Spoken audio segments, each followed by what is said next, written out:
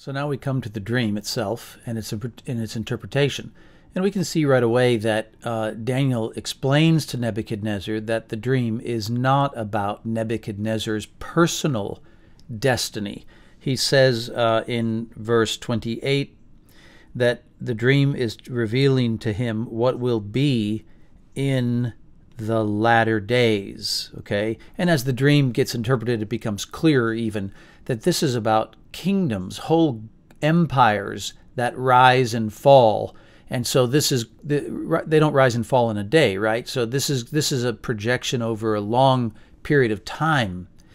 And it's not just one person, it's governments. The critique of the image is a critique of man's governments, okay? It's not just schooling or university, it's governments, it's kingdoms and kings that get critiqued in this image, okay? So that's the first thing, is that it's not about Nebuchadnezzar's personal fate, it's about humanity and the particular governments, Gentile, pagan governments, that ruled Israel, or were going to be ruling the nation of Israel. It started with Babylon, that besieged Jerusalem around 600 BC, and then continues on for the next 700, 800 years.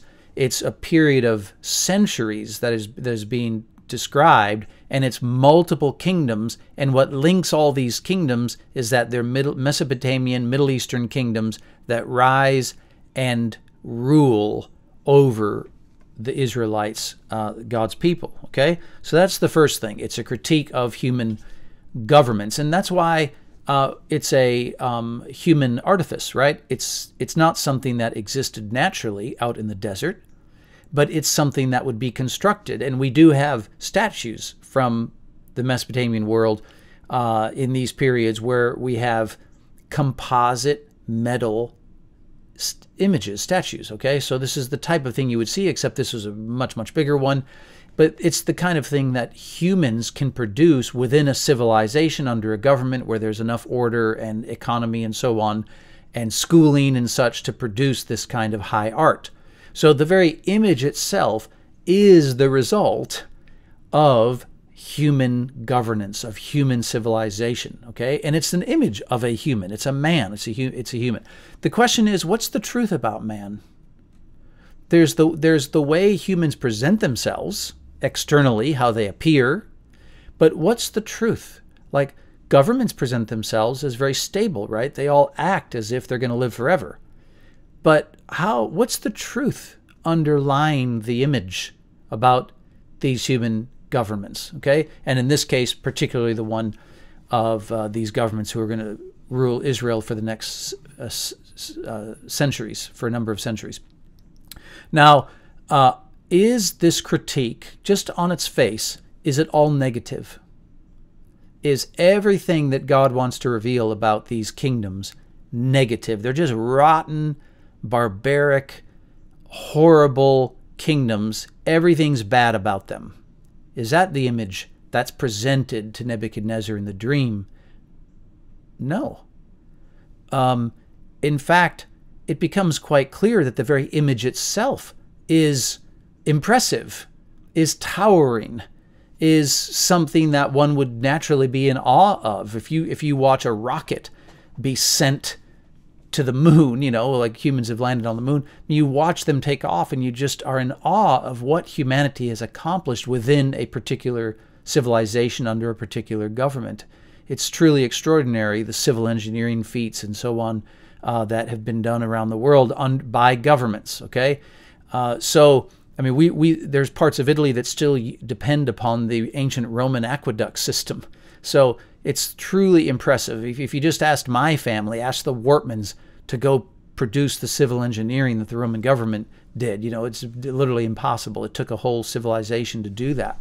So not everything about these governments was obviously bad or rotten, okay? So there's some things that are very good qualities within human civilizations underneath governments and in empires and in these ancient empires, and it's still true today.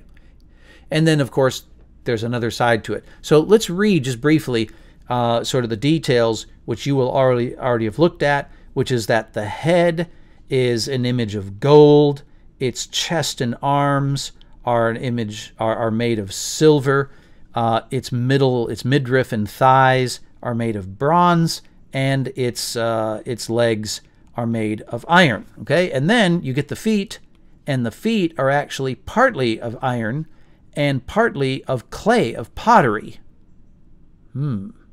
Okay. As you looked, it says, verse 34, a stone was cut by no human hand. Remember, this giant artifice is the kind of thing that human hands would create, would build, would craft. But this stone was cut, and it struck the image on its feet of iron and clay, and broke them in pieces. And then the iron and the clay and the bronze and the silver and the gold all together were broken in pieces and became like the chaff of the summer threshing floors, and the wind carried them away so that not a trace of them could be found.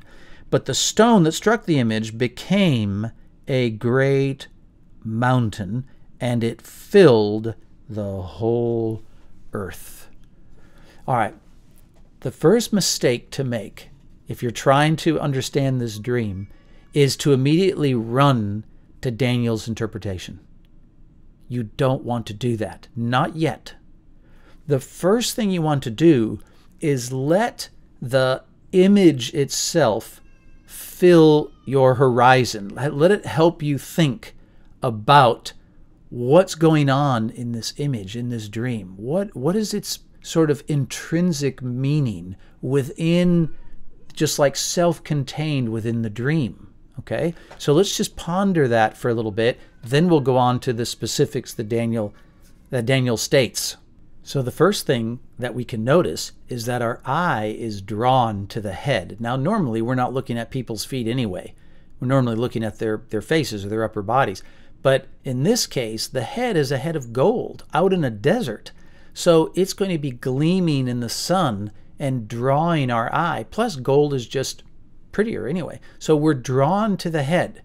And then as we start to look down, we see that the chest, and the arms are made of silver, which is also a really nice, pleasant, aesthetic metal. It's used often for, the high quality things for production of jewelry and so on.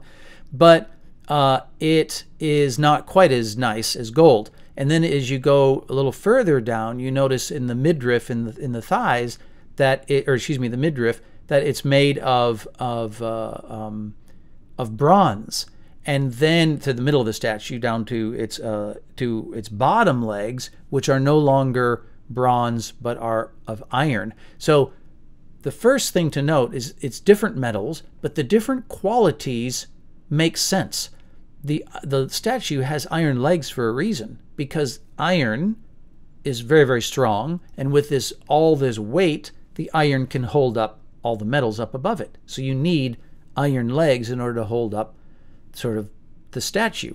But the gold and the silver are more aesthetically appealing, right? And then you have this midriff of bronze, which is sort of a middle kind of metal.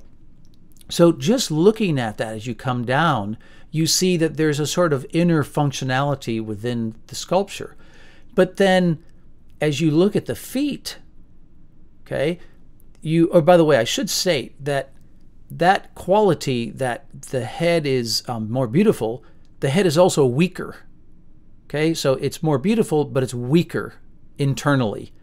So when you get to the iron, it's less beautiful, it's less noble, but it's stronger. Okay, and with each metal as we go down the statue, it's a little less beautiful and a little more strong.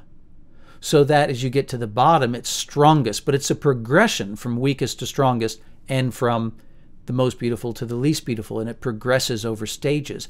But then when you finally get your eyes onto the feet, you notice something that should be frightening. No doubt this is part of what unsettled Nebuchadnezzar, which is you see that the feet are made of iron. Yes, they need to be made of iron in order to hold the statue up, and yet they're not made of iron alone. They themselves are a composite of iron and pottery. Pottery, earthenware. Now, if you are trying to hold up this gigantic statue, you've done everything well until now.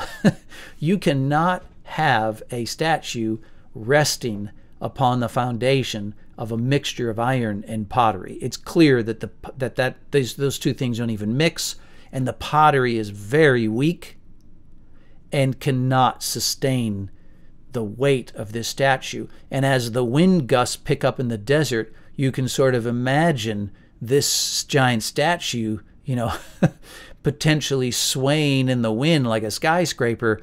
And you look at the feet and think, this thing is not going to last on its own.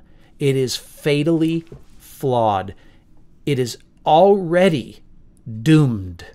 Okay? Notice, we're not talking about what happens next. We're just looking at the sculpture. And all on its own terms, it's fatally doomed. It's not going to stand on its own. It's going to collapse. All right? Now, then, of course, what happens is this stone is cut, not by a human hand. It's ripped out of the ground or a nearby rock face or something, and it gets hurled across the desert, and it comes and finishes the job that the sculpture itself, as a human sculpture, as a human artifice made by man, no matter how good it looked, no matter how powerful it was going to collapse because it was just fatally designed. And yet the stone that comes and smashes it, its destruction is instantaneous, is cataclysmic, is violent, and destroys the whole of the sculpture, such that the pieces that are left are so small they're like chaff, and the desert gales just blow it away like dust, so it's nowhere to be found. But then the stone is sitting there, the rock, and the rock becomes itself a giant mountain. And the mountain doesn't just fill the desert, it fills the whole earth. Now, let me ask you, how stable do you think a mountain is? Do you think it's going to tip over like the sculpture is going to tip over? Nope. A mountain isn't going to collapse. A mountain isn't going to fall down or fall over. And a mountain isn't made by man either. Humans don't build mountains. We didn't build the Rocky Mountains or the Alps, the Swiss Alps. So the mountain is something which is also beautiful. Would you rather look at the Manhattan skyline, or would you rather look at the Italian Alps outside the back of your house?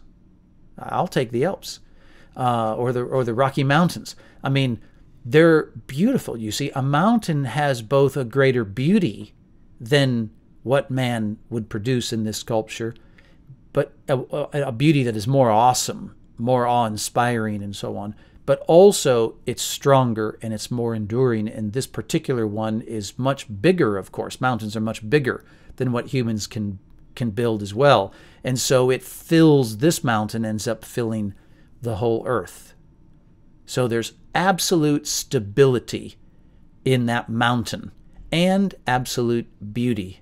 Its nobility is greater. You see how much we're getting out of just the image before we get to the interpretation. You want to tuck that away for as we look at the future, at the other visions, the dreams and stuff that will be revealed later in subsequent chapters of the book. Now, the question is, what's sort of this revealing? Well, it's revealing, of course, a series of Gentile kingdoms, governments, that will rule Israel in the Middle East, and how they rise and fall with different qualities.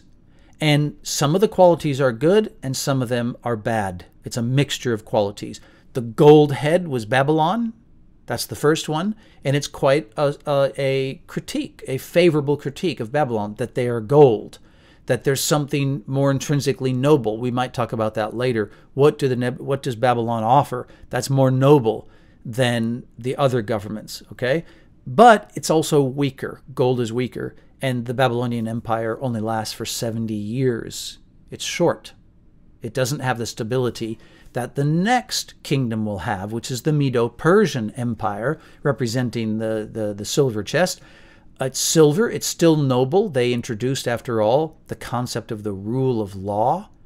They're the first empire to establish the rule of law, which we take for granted as sort of the basis of civilization nowadays. But it was the Persians who did that. It was so that they're fittingly silver in being represented there. But it's also weaker than the other ones. It lasts only a couple hundred years, and then it too collapses. You see how there's qualities within the empires that are good and qualities that are bad. They get stronger as time goes on.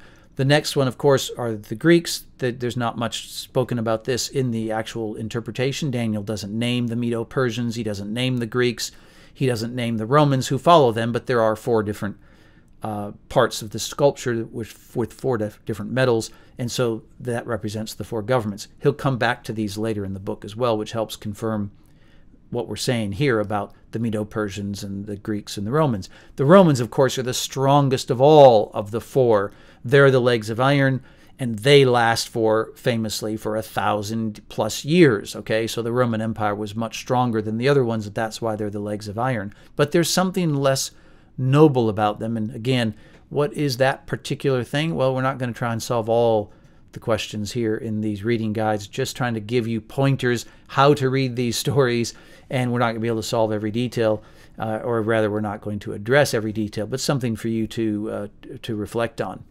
And of course, the final one, the rock, the kingdom of God, the mountain that takes over the world, is the most beautiful, the most awesome, and the strongest, and the most enduring. It will last forever. How do you depict an eternal kingdom? You depict it through a mountain, a strong mountain. We don't expect those just to sort of come and go like we do even human governments that have been around hundreds of years. All right, so that's sort of the interpretation. We now get to turn to Daniel chapter 3, and we have another statue, another image. And the question we're going to have for you, of course, this image is not in a dream. This is an image which Nebuchadnezzar himself builds. He actually uses his architects and craftsmen to construct this giant image. And I have the question for you, which is, number 1, why is he building this image?